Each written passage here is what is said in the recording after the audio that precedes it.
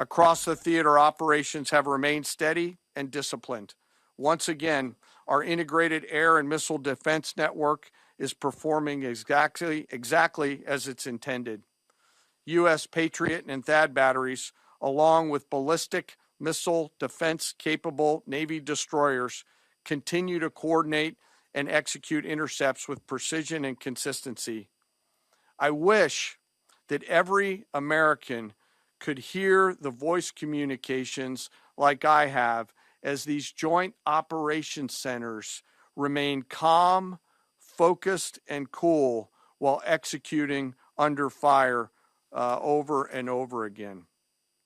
Collectively, these systems have intercepted hundreds of ballistic missiles targeting U.S. forces, our partners, and regional stability. The threat from one-way attack UAVs has remained persistent. Our systems have proven effective in countering these platforms, engaging targets rapidly.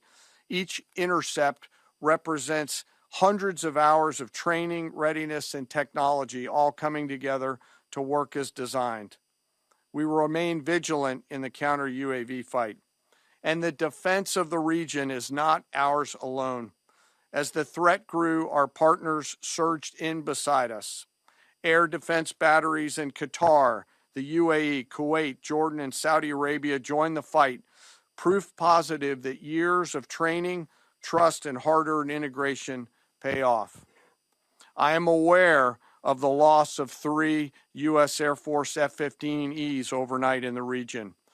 I am grateful for the safety of the crews, and we know that this was not from hostile enemy fire. As this matter's under investigation, I'll not comment further on this. Let me close. Operations will remain active across the theater and across the globe. The U.S. forces are postured not only to maintain pressure, but to respond and adapt as required.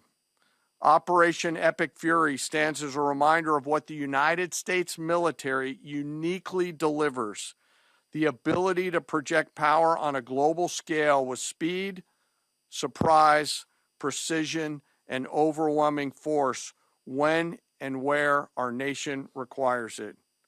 What we've demonstrated over the past several days reflects years of investment in readiness, joint integration, and professionalism of the joint force.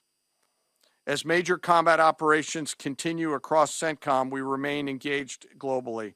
America's joint force retains the credibility, capacity, and flexibility to respond to any contingency anywhere in the world at any time. To those who would test our resolve or threaten the United States, our allies, or our interests, understand clearly we can reach you, we can sustain the fight, and we can scale the fight, and we will prevail. To the American people, your joint force remains steady, frosty, calm, and focused.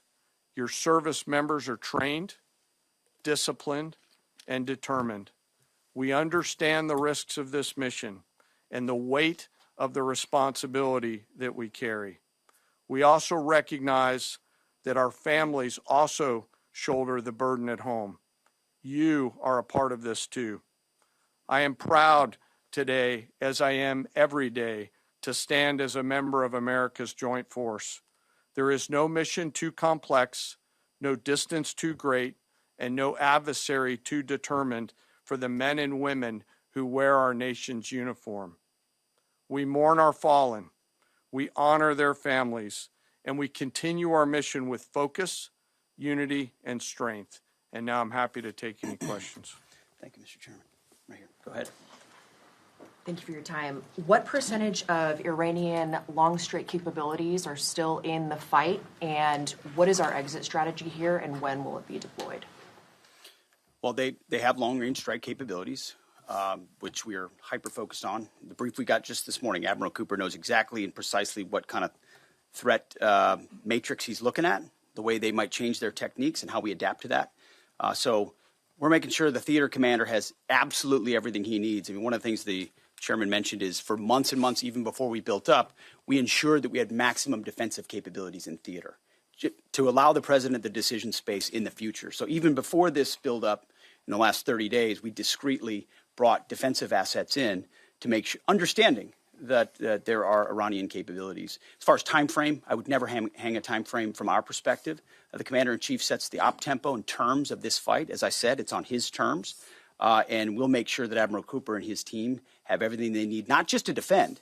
I mean, the best defense is good offense. And so we're aggressively pushing into that airspace over that southern flank to ensure that we control it and we destroy anything that moves that would attempt to shoot us. Think of it as shooting the archer instead of the arrows. That's where we want to be. And we have the kind of exquisite intelligence to get over the top, find that and destroy it. It won't happen overnight. This is a big battle space with a lot of capabilities. That's part of the reason why it's such a threat to us. That's why I talk about conventional umbrella to blackmail nuclear ambitions. They were building up this conventional arsenal in order to ensure that no one would ever block them from their ability to get nuclear weapons. So we're very clear-eyed about the nature of this Iranian threat, and we're going to get after it. I don't know if you have anything to add to that, Mr. Chairman. Thank you for the question. The only thing I'll add is that unlike an operation, a single operation like Midnight Hammer or Absolute Resolve, it'll take some time for us to conduct battle damage assessment, and the targeting cycle that CENTCOM will run will take those things into effect. Admiral Cooper will adjust his plan and fires accordingly to ensure that we're attriting that. He's focused on long-range strike capability coming out of the enemy, and that's a key and essential part of it. Of the capabilities that still exist from the enemy front. Yeah, that's what I mean when I say we're still doing BDA. Normally we'd be able to see a singular thing and we'd assess pretty quickly. He's doing offense and assessment simultaneously, so it'll take longer for us to assess than it would in a single operation. Secretary Hegseth, thank you. Reagan Reese with the Daily Caller. 2 questions for you. The president said yesterday in his video message that we will leave Iran when we complete all of our objectives. What are our objectives? And can you share more information on how the soldiers who were killed were killed? Well, I laid out the objectives, as did the chairman. They're completely nested. I mean, Iran has an ability to project power against us and our allies in ways that we can't tolerate. So whether that's ballistic missiles and drones, so offensive capabilities, effectively their Navy, which would attempt to set other terms and impose different costs, drone capabilities, which we laid out there. And ultimately, though, this tying it back to Midnight Hammer, the president has been willing to make a deal. You can't have a nuclear bomb. Radical Islamists can't have a nuclear bomb that they wield against the world. He gave them every single opportunity. Then we precisely took it away. And even then, after that, they didn't have that. They didn't come to the table with a willingness to give it away. So ultimately, those nuclear ambitions, which never ceased, are something that had to be addressed as well. So that's a discrete sense of what's being addressed here to ensure that they can't use that conventional umbrella to continue a pursuit of nuclear ambitions. And then as it pertains to the U.S. casualties, that particular incident was, you have air defenses and the lot's coming in and you hit most of it. And we absolutely do. We have incredible air defenders. Every once in a while, you might have one, unfortunately, we call it a squirter that makes its way through. And in that particular case, it happened to hit a tactical operations center that was fortified, but these are powerful weapons. So we certainly will do, as I said, moments like that, as we remember them and we take care of them and take care of their families, only stiffen our resolve to ensure that we do this properly. Thank you. Yep. Right here. Thank you, Secretary Hegseth. I had 2 questions for you. First, are there currently any American boots on the ground in Iran? No, but we're not going to go into the exercise of what we will or will not do. I think it's one of those fallacies for a long time that this department or presidents or others should tell the American people this, and our enemies, by the way, here's exactly what we'll do. Here's exactly how long we'll go. Here's exactly how far we'll go. Here's what we're willing to do and not do. It's foolishness. And so President Trump ensures that our enemies understand we'll go as far as we need to go to advance American interests. But we're not dumb about it. You don't have to roll 200,000 people in there and stay for 20 years. We've proven that you can achieve objectives that advance American interests without being foolish about it. Now, will we be bold about it? Are we willing to be decisive about it? Do we put months and months of planning into what kind of effects we want to achieve? Absolutely. But going forward, why in the world would we tell you, the enemy, anybody, what we will or will not do in pursuit of an objective? We fight to win. We fight to achieve the objectives the President of the United States has laid out, and we will do so unapologetically. Thank Is there you. any significance to Israel carrying out this strike to kill the Ayatollah? And I wanted to know, what was your immediate reaction to finding out about his killing? I think Israel did a great job in the conduct of that operation. President Trump put a 4-week you go, timeline right on here. it. Are you Please. saying that's wrong? Yeah, thank you. You mentioned during the briefing, General Caine, that there would be additional troops sent to the region. Could you say how many troops currently are involved in this operation and how many additional troops are planned to go in this next phase? I don't want to talk specifics because that would tip the enemy off. We have more tactical aviation flowing into theater just based on the time it took to get it out there. I think we're just about where we want to be in terms of total combat capacity and total combat power for Admiral Cooper. One of the things, though, that a commander, he'll consistently assess the trajectory of the campaign. Is he on or off trajectory? And then make an ask of the joint force, which will then develop options for consideration by the Secretary and the President to either increase or in some cases decrease the amount of combat capability that we have over there. I heard the question about 4 weeks. It's the typical NBC sort of gotcha type question. President Trump has all the latitude in the world to talk about how long it may or may not take. 4 weeks, 2 weeks, 6 weeks.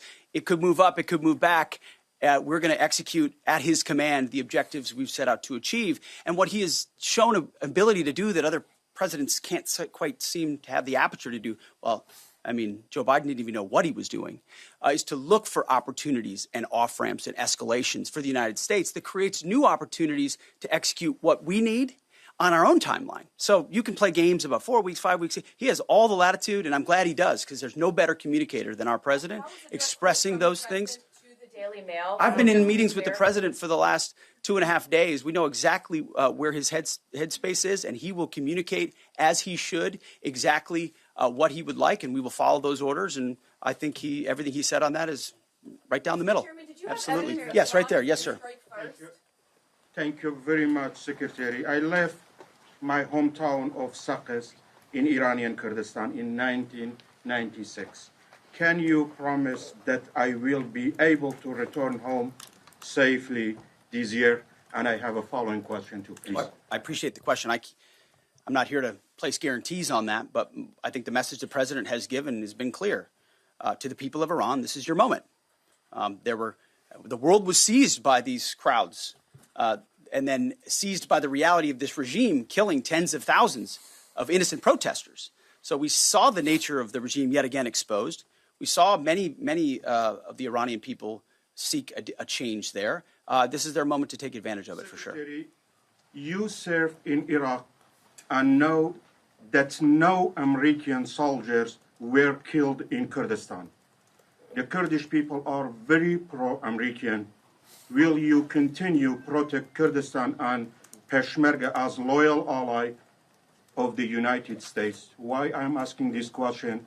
Because now Kurdistan is under attack by Iranian drones and by proxies in Iraq and on the region. I think I can speak to allies generally in the region who we've been in constant communication with. We've been standing shoulder to shoulder with them, and we appreciate their capabilities. Absolutely. Yes, right here.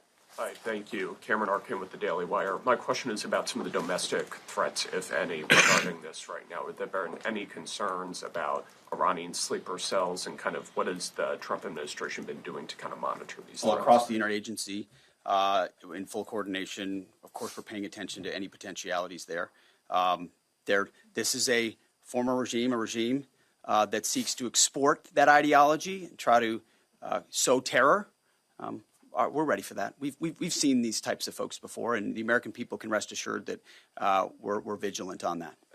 Secretary, thank you. Kind of a follow-up on that last question. There was just this, what appears to be a terrorist attack in Austin yesterday. How does that change the operation at all? What effect does that have? And It doesn't change the operation at all, and I know the authorities are executing exactly the way they should. Secretary Hegseth, and one for Chairman Caine as well. I understand, to your point here, that you don't want to broadcast everything for our adversaries to hear, but the American people also want to know what they're sending their men and women to war for. Is there a concern of this spiraling into a longer war? And then one for the chairman when you're done. Did you not hear my remarks? I mean, we're ensuring the mission gets accomplished, but we are very clear-eyed, as the president has been, unlike other presidents, about the foolish policies of the past that recklessly pulled us in to things that were not tethered to actual clear objectives. So we know. We have plans, we have generals, we have chairmen, we have commanders, CENTCOM commanders, Admiral Cooper, who's executing very deliberately to ensure outcomes that I laid out are accomplished. But we would never, in front of a press pool, lay out how long that may take. The mission for our warfighters, which is what matters to us, is very, very clear. And they're executing it right now violently. And just for the chairman quickly, I have one for the chairman. You said this is not a one-night operation. It will take time to achieve the goals. What would be the goal line here for you? I think the Secretary laid out the military objectives, and that's what we execute against is the military objectives. Last one right here. Thank you, sir. As you've said, there are a large amount of U.S. service members that are in harm's way right now. What is your prayer for them? First of all, my prayer for them is that I do pray for them. My wife prays for them. Our family prays for them. Our cabinet prays for them. None of this is done on a whim. Having been in their boots, having been in their shoes, having been in their flight suits, I know we think about them with every decision that we make and every recommendation that we make to the President of the United States. Those recommendations are made prayerfully. And when I pray every day for them and for this mission, I pray simply for the biblical wisdom to see what is right and the courage to do it. It's going to take courage to follow through on this. There's going to be a lot of noise, and we pray for that, and we hope all of you do as well. Thank you very much. Appreciate it. Thank you.